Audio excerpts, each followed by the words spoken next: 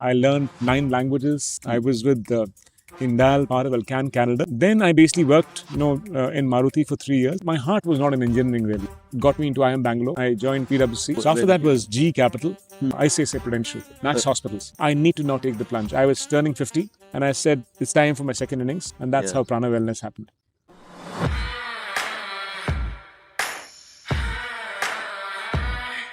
Welcome to another episode of Be Your Own Boss.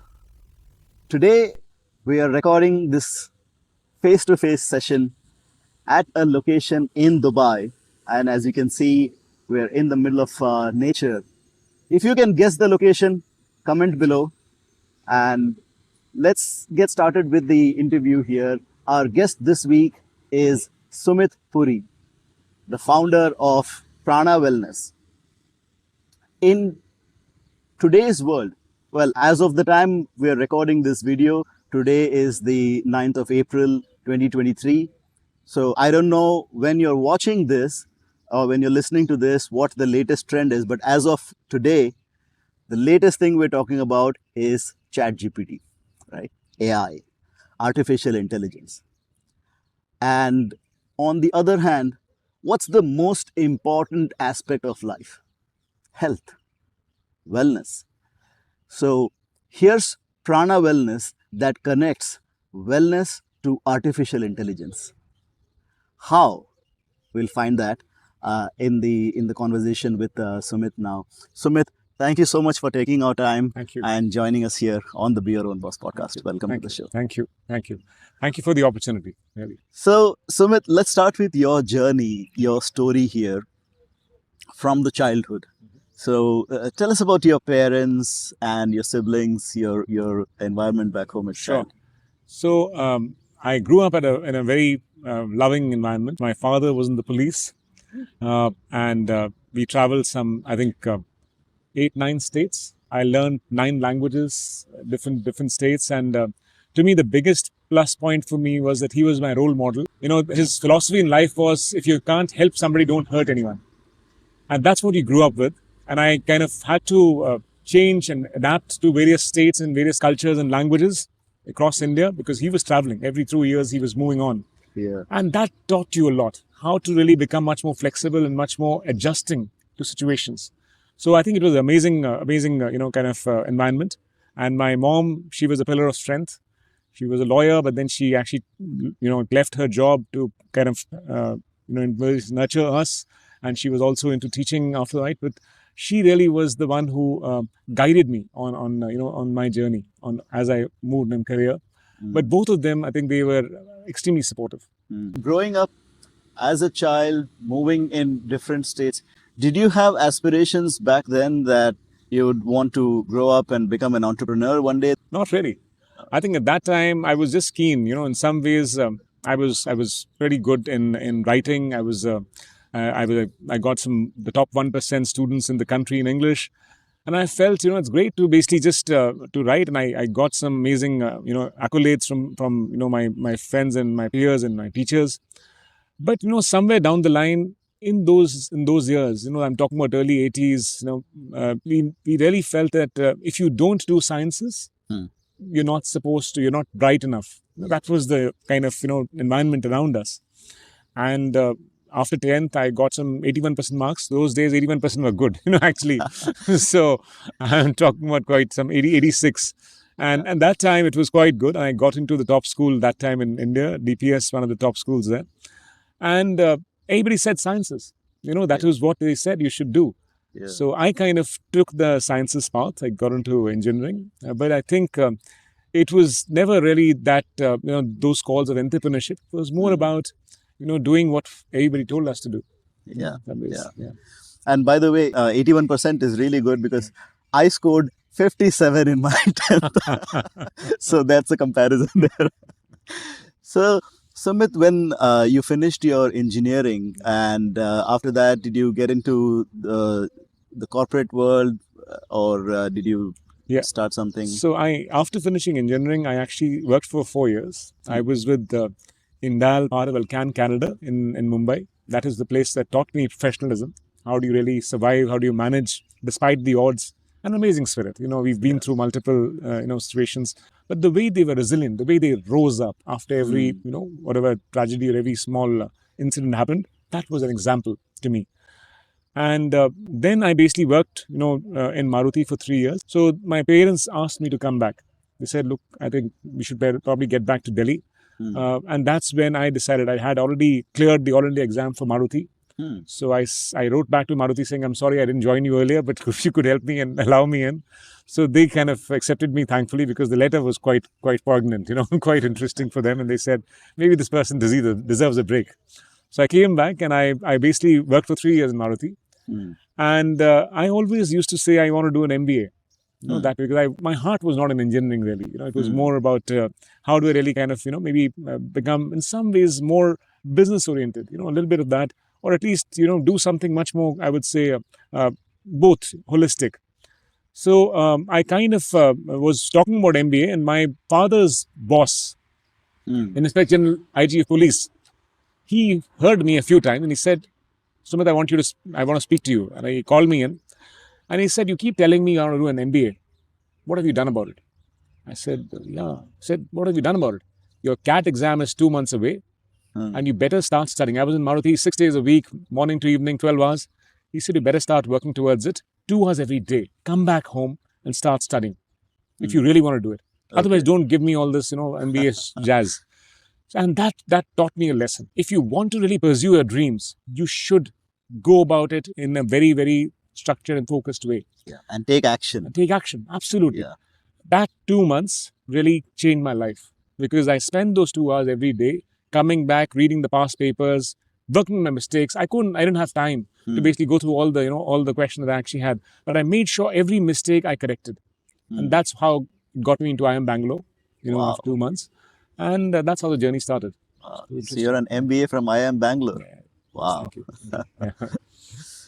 And then after Maruti, so you were doing this while still working with Yes, Maruti. yes, I was. Okay. Yeah. And in Maruti, you were Exports coordination, supply chain. I was Okay. basically doing supply chain coordination as an engineer, graduate engineer trainee. Mhm. So we actually were helping out in various facets of the entire Maruti export cycle, supply chain aspects. Also on the IT side, kind of working out a specific, areas where we could automate, some of the supply chain processes. So those kind of things. Got it. And after Maruti, So after Maruti, after IIM Bangalore, I mean, again, I basically was in a place where nobody had come second in their class. All those top guys, there. Yeah. And you realize that you need to kind of buck up, prove yourself. The So competition was the tough. competition was amazing. I mean, I think we've had people who were locked up in rooms, to make sure that they don't appear for the interview. I'm talking previous batches, not our batch. But yeah, we're extremely cutthroat competition. Yeah. But I survived. I managed to get above the poverty line, which was 75% and above, in that. So it was good. But post MBA, I joined PwC and in consulting.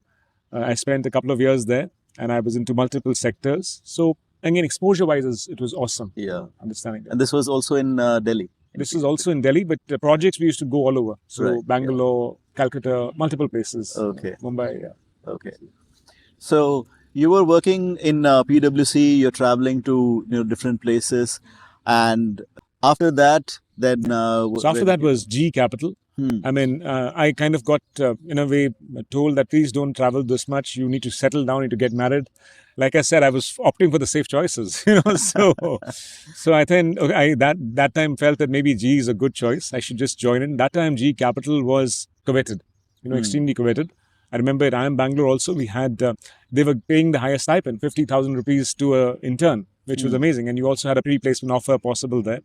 So to me, G was very good.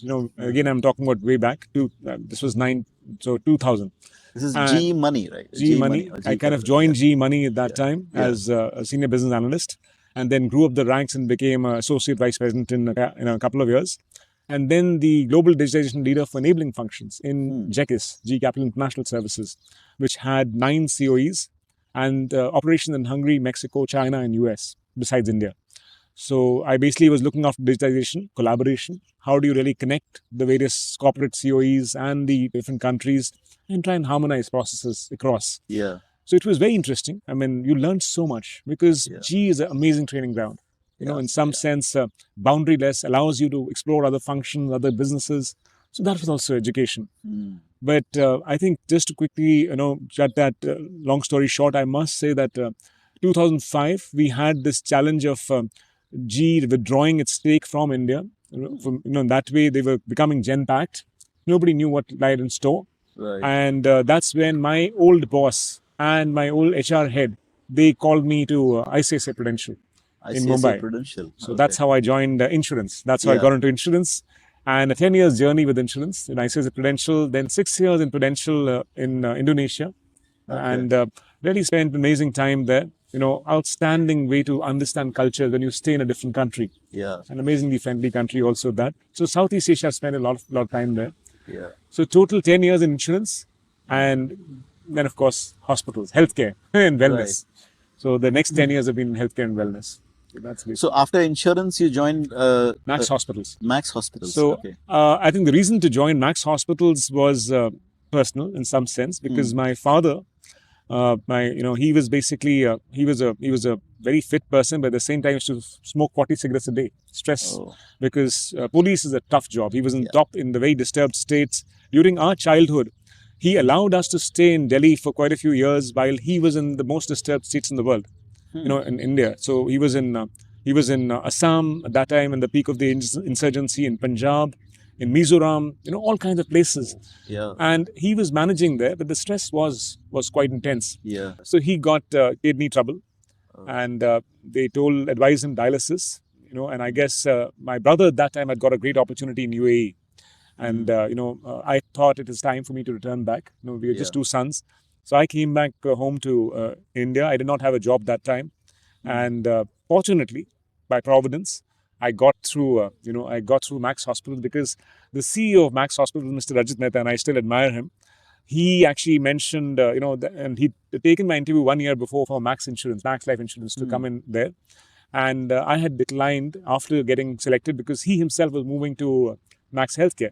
And he said, look, I'm not sure I am going to be here, but do join. And I said, if you're not there, I'm not coming. Okay. I'm happy where I am.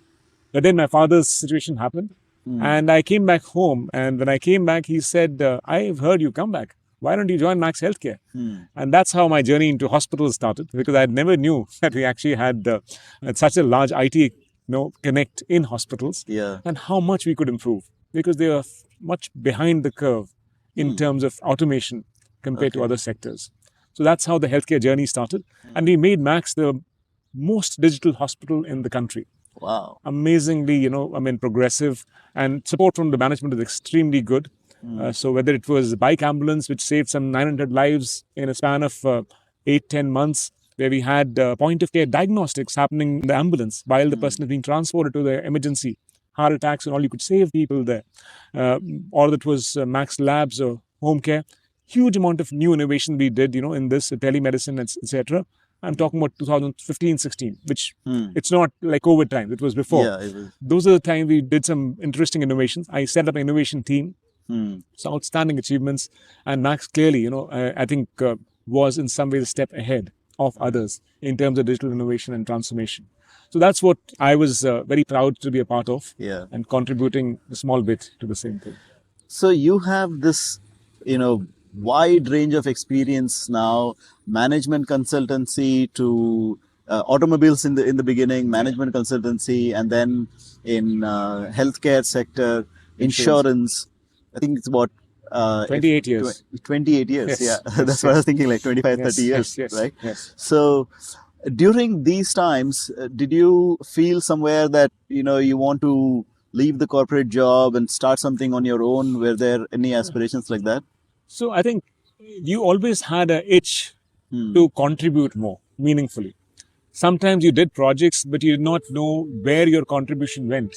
I remember Maruti times, I used to work 12, 14 hours a day and trying to get supply chain in order and everything, but did not see in the whole scheme of things, where did it go? All the work that we did, I don't know where it went. Yeah. Even for projects sometimes, while I was doing the IT projects and in so many countries, I went after Max, of course, I went to Evercare hospitals, which had 30 hospitals all over the world. Kenya, Bangladesh, Nigeria, India, Pakistan. We did these projects, but they were sometimes not used. After all the digital innovation, the, for me, the biggest thing was adoption. Bigger thing was how do you really benefit people, actually make it accessible to people. That you realized is not as possible because you are a small cog in the wheel. Yeah. You're not really the one who can really take action and actually transform lives. Yeah. That's something you always felt, that it's remained. And there are, I must say, in a typical corporate, when we look at it, out of 11 people, you've got all these functions and all these departments and all of that. They're silos. Yeah. In an 11-member team, like in a football team, I realized 9 people are doing self goals. Only 2 are playing for the team. The rest are doing self goals. Yeah. They're only focusing on their own fiefdoms, their own siloed, areas. So there was always that itch saying, can I make this better? Can I actually start making a difference? So that's something which always remained. Wow. Yeah, you're right. The biggest challenge with technology is adoption, because we can develop the smartest things in the world, right? And if it is not used really, that's where Totally. it kind of hurts. Totally. And I think I must tell you, ultimately, it's people, process, and technology together. It's the marriage, and many times we don't seem to understand that. Yeah. I mean, I remember my time in GE. This is the early days in 2005. We were launching something called GIS, Geographic Information System. That time, Google Maps was not all that accurate that it is today. Trying to basically optimize routes, because we were spending 35 crores in our transportation, to transport people from shifts, BPO sector, shifts people going back home. So one Qualys or one Sumo used to accommodate one person going to Connaught Place, one person going to Noida. And we realized this is not efficient. How can I basically bridge, bring them, 5 of them together, because they're going the same route. It's just a matter of a minute here and there. Yeah. So we got the technology right. I said 35 crores, I'm going to save 30% of your cost. I have the automation, I have the power in technology. And we realized technology is not enough. I needed to actually transform and talk to the people who are doing the routes, manually, because they feared loss of jobs. Yeah. How do you really reach out to them? Say, you will not lose your jobs. I'll put you in more value addition jobs, more value adding jobs. Don't worry about it. I never did that. I never realized it. Nobody told me. They said technology, lovely technology. Let's implement. And that was a lesson, because Google Maps that time was not as accurate. It was 95% accurate. There were some routes that were not properly kind of computed. People derided it. They said, this is wrong. The system is bad. Yeah. Although there was so much good in the system, but they completely debunked it, and I had to withdraw. For the first time, I've done hundreds of projects. This was a project that was actually good, and it had to be rolled back. So you realize you have to marry people, you have to marry the process and technology. Only then can it yield the outcomes we want. People, process, and technology. Totally. So, when did this idea of starting Prana Wellness come in, and talk us through that process? How did you start? So I must say, I mean, of course, COVID has been a revelation, but I must go back a little bit, further in time, maybe 5 years before. Because in Jakarta, we had a lovely set of friends, amazing social life. And I had this friend who was larger than life personality, a person called Manish Chaturvedi. He was in Coke. And he used to always tell me, let's do our own thing. Let's do something of our own. And I said, yeah, makes sense. I mean, maybe we should contribute something meaningfully, more meaningfully. And he used to tell me, let's do something. You've now gone into hospitals, and Max hospitals. Then I get into Evercare. He said, why don't we do medical tourism? Let's try and get more people to India. We've got such a good doctors, such a good facilities. Can we improve, the overall customer service and customer experience? Maybe at fixed cost. Try and get them. Because the problem in India is sometimes they give you 2 lakh rupees, and then they make it 3, they make it 4 during the hospital stay. Yeah. Although the cost otherwise could be 10 lakhs, but that dissonance, that lack of trust is what causes a problem. So he was saying, why don't we do medical tourism with fixed prices? Packages. Yeah. So that's what I was interested in. I said, yeah, let's actually, I know a lot of doctors, I know a lot of hospitals. We could do that. But then we were always not willing to rock the boat. So I had this third friend, again, a very good friend, Gagandeep in GE, who left his job. He was a born entrepreneur. He actually was somebody who chose to, kind of really do what his heart asked him. So he was with me. We spent 6 months debating and deliberating how do we really make this happen, along with the job. And after 6 months, this, Gagan tells me, and Manish, just forget it. You guys are not meant for this. If you want to do it seriously, quit your job and come. Yeah. I'll do it. I've already done it. He did this in GE. He said, if you want to really do it, then quit your job. Don't try and do in half, have one boat here and one boat there. You can't do both. Yeah. So that was a lesson, and it kind of floundered. I could not go further with that. And Manish, somebody kept on telling me over the years, saying, let's do this, let's do that. So again, long story short, in COVID, his family got affected. And again, his father, mother, both of them got infected. They went to the hospital. I tried to help Max, wherever else. His mother could come out in 2 days. His father, unfortunately, for a month, they tried in various hospitals, could not manage. He could not survive. The whole family got infected. His brother, himself, his children.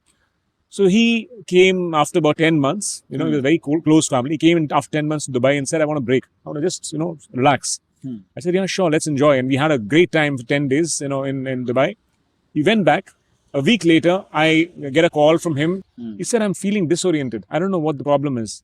He was back at the airport in Delhi. And I told him to go and see a neurologist. And again, long story short, it was a brain tumor. Oh. 1 year he fought and he's gone. He was the life of the party that I've seen every single place. He was the life of the party. The kind of holy parties we had and all of that, you realized this person kept telling me, please follow your heart. Yeah. Do what you really want to do.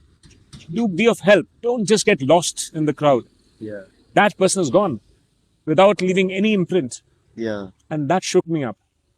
And of course, there were other factors also, whatever political factors, etc. But I realized I need to now take the plunge. I was turning 50 and I said, it's time for my second innings and I should basically take that plunge. And that's how Prana Wellness happened. So you quit your job and started Prana Wellness. Yes. So basically, I and along with a friend, we basically decided that we'll do this together.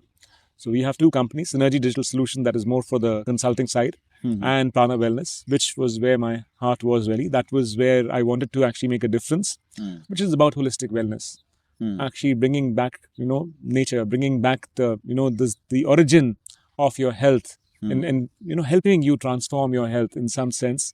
Clinical wellness, actually making you, avoid the trap of the big pharma and the big hospitals sometimes. So that's how Prana Wellness happened. Got it. So Sumit, you quit your job and you started Prana Wellness. And just talk us through that process of setting up the business, right? Sure. So I think in some ways, entrepreneurship is a 24/7 job. And, it has its own trials and tribulations. Tribulations. I really find a huge amount of learning that I have seen in the entrepreneurial journey. What I've learned in the last year and a half, I might not have learned in the last 5-7 years in my corporate life. So you take a lot of things for granted in corporate life. Here you have to do things, by yourself. Everything typically, is to start from scratch. Yeah. And we were bootstrapped always. So it's taught me a lot. It's been a struggle, but it's also been a very interesting struggle. It's been a exciting struggle. So that's what probably I would just call it. Yeah. And we have reached a good stage. We've got some great colleagues, great friends who've kind of come together to do something meaningful. So with Prana Wellness, you had this concept in mind, right? Yes. Now, so that's concept on paper. Yes. Right. Now, there are a few aspects there, and let's touch upon those. So the first the primary aspect there is the financial aspect here. Yeah. The moment you quit your job, okay, you're not going to get your salary anymore. Yes. So that is something you need to plan for. Yes. Of course, you've got 25-30 years of working, so maybe you had savings or but then you need to have a runway. Yes. Right. Yes. Until you start making money out of the business. Correct. And so in this, you also need to have the capital to invest in the business. Correct. So how did you manage the funds? It's time for a short break here. We'll continue this conversation right after this break. Stay tuned.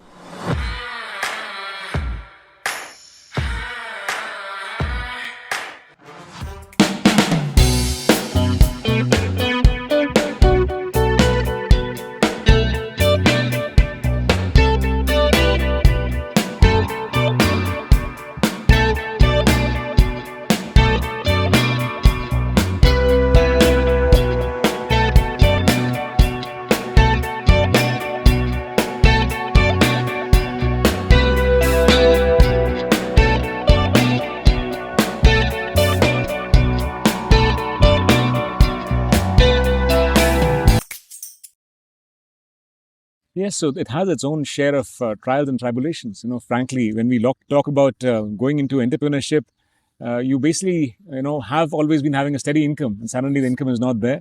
So there are those challenges.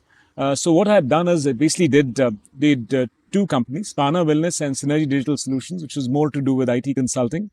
And I was trying to mentor and advise, startups from even the last 5-7 years with Max Hospitals, with Evercare, in Dubai. So we actually always was interested in seeing people grow, seeing people, really achieve their dreams. And that's what I did with the consulting side. And it was, meant to kind of get some revenue flow coming Yeah. for all the 28 years I'd spent. But like I said, the heart was in Prana Wellness. I Yeah. really wanted to make a difference in health and try and avoid people going to hospitals. That Yeah. was the key intention. Got it. So So that's a very interesting way of starting the business. So you started the business that you wanted to start, and alongside you created something that can, bring revenue flow. the revenue flow. Yes. Yes. Brilliant, brilliant. Yeah. And with Prana Wellness, from the concept, so what was the business model? Was it B2B, B2C? Right. So I think it started off, basically as a B2C, model. We started off with detox juices, meal plans, basically more of that organic cold pressed juices, which actually had a lot of nutrition, a lot of health. My wife had suffered 12 years ago with indigestion issues, and she was gut issues, gut cleanse. So that's what we felt is important. People are not aware Yeah. that you are what you eat. Yeah. You get the nutrition right, a lot of problems disappear. You don't have to rely on medication. Yeah. So to us was making lifestyle your medicine. That was what we really realized. So it started with initially the nutrition side, and then slowly it encompassed more aspects of the lifestyle: activity, sleep, stress, and then substance use, environment. All these elements. How can we really make a difference? So that's how the initial aspect started. So, and I was then wanting to, because I've always been a metrics-driven guy, somebody who likes to see improvements. I really felt that it is important to give a score, a wellness score. And that's how we started, kind of creating this integrated wellness score driven by AI, which could really be beneficial to look at which areas to target out of these six: activity, sleep, nutrition, stress, environment, and substance use. What should we target to improve your health in a very scientific and clinical manner? And for each individual, it will be different, right? Totally. And for me, we had to personalize this, but we had to personalize at scale. Yeah. Our goal, our vision was to make healthcare and wellness accessible, affordable, and effective, clinically effective, driven by outcomes. That is what we were focusing on. Harmonizing body, mind, and soul.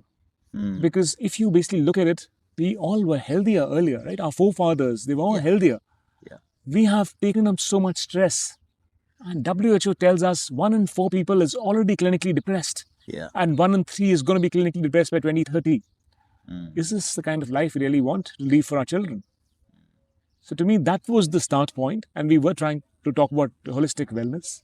How could we, in some ways, reduce the stress? Make people more aware of healthy living, of nutrition, of activity, of the kind of substance they should probably be consuming, and reduce their stress quotient, make it much more easier. And by stress, I mean not only emotional stress, sometimes financial stress. Yeah. So financial education, that was again something we try to do. So financial wellness is part of emotional wellness. So your business model was that you assess people, like as a B2C, you take individuals, assess their wellness in all these 6 different aspects, and see where help is required, and you provide the... Yes. So just a quick, aspect and point I want to highlight. We started B2C, but the B2C we realized, is too much money. And I didn't have the money to support it by myself with the bootstrapping. So we realized maybe it's better to kind of look at B2B to C. So moving to corporates for corporate wellness, trying to basically, go to them and say, look, we have this whole bunch of things we can offer you. And, how could we really personalize at scale? We're really looking at personalization at scale. So to me, this is where we kind of made the business model that I will offer basic services, standard services, to corporates. For example, we could offer the score, wellness score, Yeah. which is derived from AI-based screening. It gives you, 11 parameters, and after that, I'll have a lifestyle questionnaire. So it gives you a complete idea of your lifestyle and the way you lead your, kind of life typically. And we give you a score across these 6 dimensions. Right. We talked about activity, sleep, nutrition, stress, substance use, and environment. And then we focus on the area we need to improve on. So we will give you a overall wellness score for your organization. We'll give you a financial wellness score also for your organization, which gives you a sense where are the gaps. Why are you stressed? Maybe there are some aspects that we need to correct. Yeah. So out of the 6 elements, you are able to then focus on the right one and then make a difference there. So, Sumit, let me ask you this: like, be the devil's advocate here. And so, if I'm the CEO of my company, and you come to me from Prana Wellness and say that you're going to offer this, my question would be, why should I care? Why should I do it? So What is it in? totally. I think the big answer to that really is that ultimately employees are using their hands, not their hearts and minds in the workplace. You have to make them more productive. You got to make them more engaged. When you see a company caring for its employees, you will see the engagement level going up. Yeah. And when the employee base is healthy, and it's definitely going to be more productive, more efficient, more effective in the workplace. So we actually have a very direct link, by the way. 5% increase in productivity improves your overall revenues by almost 30%. So it's a huge number because you're actually looking at tapping that potential of the employees fully. So productivity, reduced attrition, reduced absenteeism, and in some ways reduced group insurance costs. Because I could reduce your group insurance costs easily in a span of a year by at least 10%. Wow, that's huge, right? 10% reduction in insurance cost is a huge amount. Because they'll see the claims reducing. Claims People are reducing. going back into, in some ways, nature, getting themselves much more healthier without having to go to hospitals. Yeah. You will see the improvements happening in insurance costs. Yeah. So that's clearly the objective. And for us, so what we also hope is that this is also a way to convey we care for our employees. That's a huge thing. Yeah. You see the lifestyle, you see the kind of, role modeling from people, and you realize this is what the company I want to work for. Yeah. This is the kind of organization. That's why. Fantastic. So, Sumit, in starting this business, you initially started with B2C and then you went to B2B, right? And let's talk about the process of bringing on clients, because this is something that new entrepreneurs struggle with a lot. If whether they are a freelancer or they're just starting out as a small company, how do you get clients? Right. Of course, the general answer is marketing, but that doesn't help, right? So, in your case, what did you practically do? So I think the way we get business is basically through word of mouth, because we want to make a difference in the outcomes. We would like to see this with the corporates, but the corporates is basically a way to gain entry because they can see that the productivity is improving, performance is improving. But then you want to reach out to the customers to say, we are really going to make sure that you improve your overall health and well-being. Yeah. And that's what we are seeing. Word of mouth publicity is the biggest factor. And we have a good array of friends and in corporates and others who are helping us in terms of reaching out. But that's how we want to grow this in some ways an organic manner, but doing it in a way that helps people. So that word of mouth is, to me, going to be the biggest driver as we go forward. And Sumit, I have a follow-up question on that now. So, in corporates, so is it the HR team you're reaching out to, or is it like the top level, or what's your Start with it's the HR leaders, Yeah. and then of course from there we'll also want the CEOs or at least one sponsor who believes in the idea of wellness to come together. We want to basically break the shackles of big pharma and big hospitals. I'm sure many of them are realizing that this is not the solution. We have to look at better ways, and that's what we are looking for, that sponsor, that champion who will kind of in some ways propel that cause in the corporate. It could be the HR leader, could be a CXO, could be the CEO. If the CEO, nothing like it. That's the best possible way, because then you role model and you have everybody else following. So that's what we are trying to target. Fantastic, fantastic. So, Sumit, it has been quite a journey here, right? from starting from the corporate jobs for 25, 30 years to starting your own now, and with Prana Wellness and with Synergy Solutions as well.